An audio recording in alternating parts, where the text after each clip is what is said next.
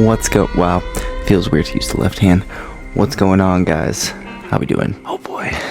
What up, my No Limit fam? How we doing today, guys? How are you guys doing in your lives? Just want to quickly give a little shout out to Larson Soft Goods. Shout out my boy Sam. Appreciate you. A little goodie basket. You can repping this Larson's Soft Goods. Always crafted with care in the Commonwealth of Massachusetts. So I appreciate this shirt. I appreciate him. And I appreciate you for tuning in to today's video. Importance of active recovery. The importance of active recovery. We're going to go over 4 of the biggest benefits in my opinion. So first one is going to be improve performance.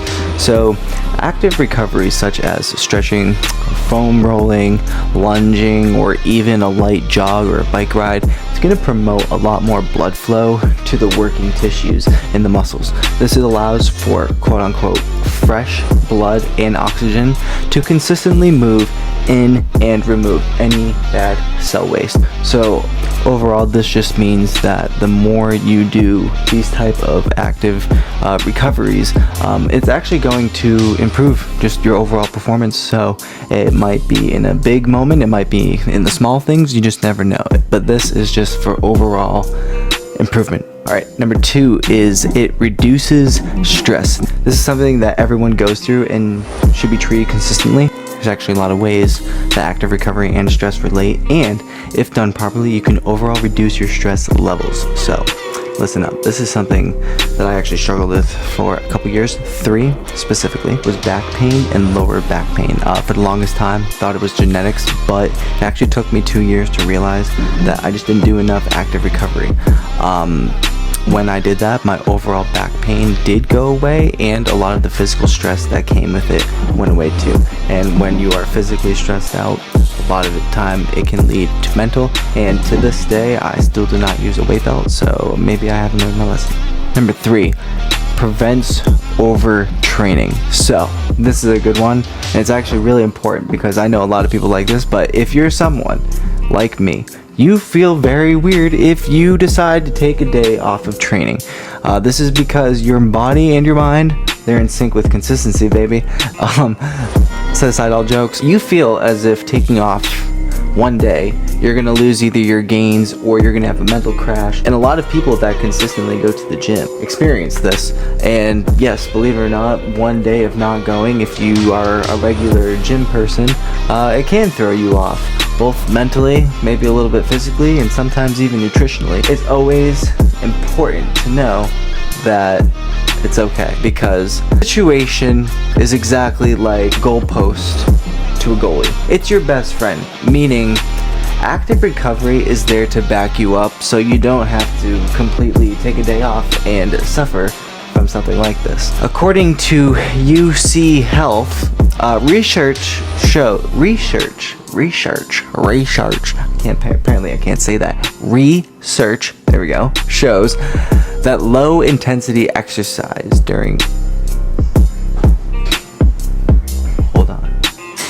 Research shows that low intensity exercise during the cool down phase of your workout is associated with performance benefits. Now, you have to understand that if you are constantly pushing yourself, PRing, end up exhausting yourself kind of without realizing it, just because your workout training current regimen is just intense, you can sometimes forget about that type of stuff. Number 4 is injury prevention. When you are actively recovering, this is when your muscles are warm because of blood flow. It's probably their peak because it's just moving around.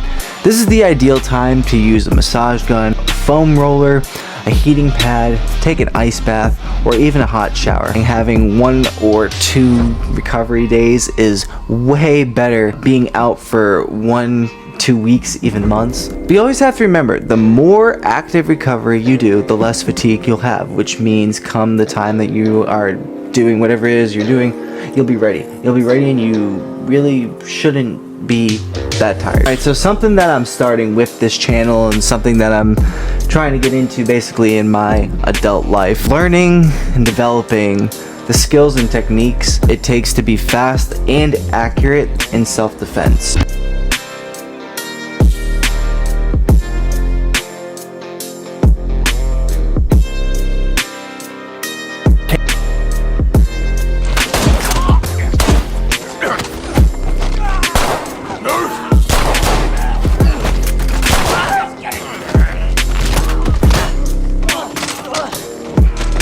Own the situation, defend yourself, defend your loved ones and those around you. Learn to be elite, share tips and tricks that I learned along the way, and I'm really hoping to build a community or join into a community that is all about self-defense, because self-defense isn't just about punching someone or shooting someone because, you know, they're attacking you. It's not just about that. It's just about literally defense and how to be the best at it. Are you not entertained? Now, I'm going to tell you how running 5Ks every day will save you. It keeps you fast, sharp, lean, accurate, on guard. It gets you aware of your surroundings, and it's going to generate the ability to constantly run a short distance fast. So if you need to get out of a situation, you can. And if you need to carry someone or something out of the situation, you can do that. The nice thing about 5Ks, if you don't know what a 5K is, it is 3.1 miles, the shortest type of thing you could do. This is not necessarily hard. Anybody can really do this. You just have to consistently train if you want to do stuff like this. A 5K is going to save your life because it does keep you fast. You're running a short distance in probably a very fast time. It keeps you sharp because, again, when you're running fast, your mind is thinking fast. And when your mind is thinking fast, it makes you be on top of things. So you definitely are going to have fast and sharp thinking. Of course, since you're running, you're probably going to be lean. Everybody knows that it's a little bit harder to run faster when you're on the heavier side of things. So running a 5K consistently is definitely going to keep you lean because your body weight really just being lowered consistently. A lot with sharpness, it keeps you on guard, meaning if you're someone that gets paranoid when they go on walks or runs, whether it be by yourself, someone else, or even a pet. When I run, I am constantly looking behind me just because I don't want someone to basically come up behind me and try to pull something. It keeps you on guard for sure. And with number 6, it keeps you aware of your surroundings. Hopefully, if you're running a 5K, you are not just looking down at the ground. You are looking around to see what's around you. You're enjoying the view, the sights of what you're doing, and yeah, no creeps. Anyway, lastly, you generate the ability to constantly run a short distance fast. So if you need to get out of a situation, you can. And I think that's extremely important because we literally live in a society where, honestly, I think you should own a gun. I think you should own something that is going to prevent you from losing your life fast.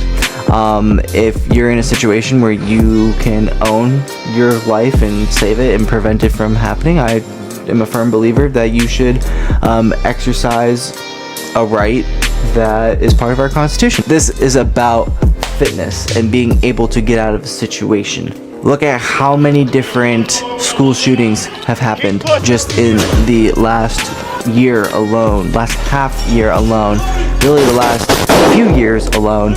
But if you watch the way that the people that respond to these things operate, it's in a very fast, executive manner.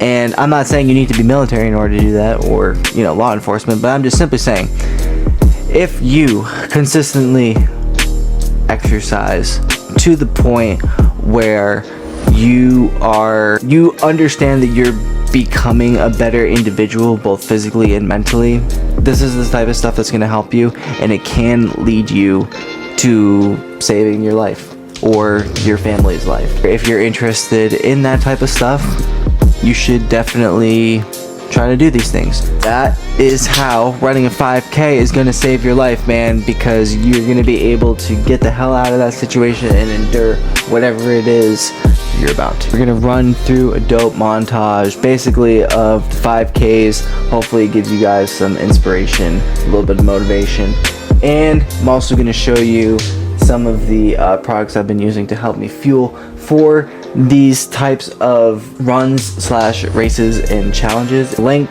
to all of the things that I'm using is going to be in the description below. So I know I do this sometimes, but I just wanted to share with you guys again how I am feeling and what I am using to fuel for these 5K runs. I'm using some pre-workout and I'm using some creatine. What I am missing is G1M Sport from Bear Performance Nutrition, but since I don't have that, what I've been doing is taking half a scoop of this Motherbucker pre-workout from WADDUP. It is a high stimulant. Boom, high stimulant. So this has about 400 milligrams of caffeine, and I consume it 30 minutes before the actual workout, but I am working out at the 40-minute mark after I take the pre-workout, if you're following along with me. Big scooper right here. I toss that baby back. God, this shit basically instantly gets me going, and I'm someone where caffeine really does impact me on the daily. As you can see, just one scoop of this is 400 milligrams. Yeah, caffeine's important. It gets me energized, it gets my blood flowing, and by the time I'm actually ready to go and run, like, I'm not jittery or anything like that. I'm just ready to go. Just full on ready to go.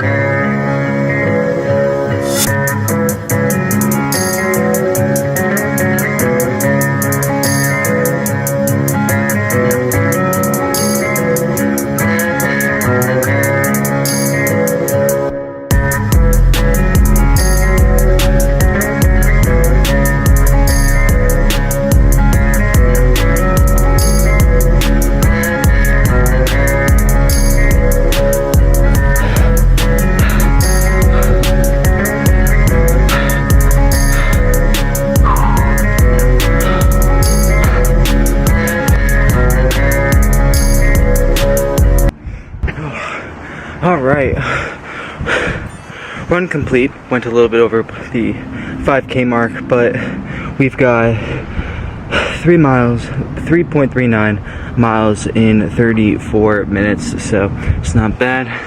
As you can clearly see right there, so good timing. My inside my jacket, I'm absolutely drenched, and I don't have a change of clothes, so this is gonna be fun. But thank you guys so much for watching this video. If you learned anything from it, make sure you give it a like. We're doing this for an entire week straight. The last day, I believe, it's either this Friday or Saturday, I forget. Follow along and add it to your training. I'm out.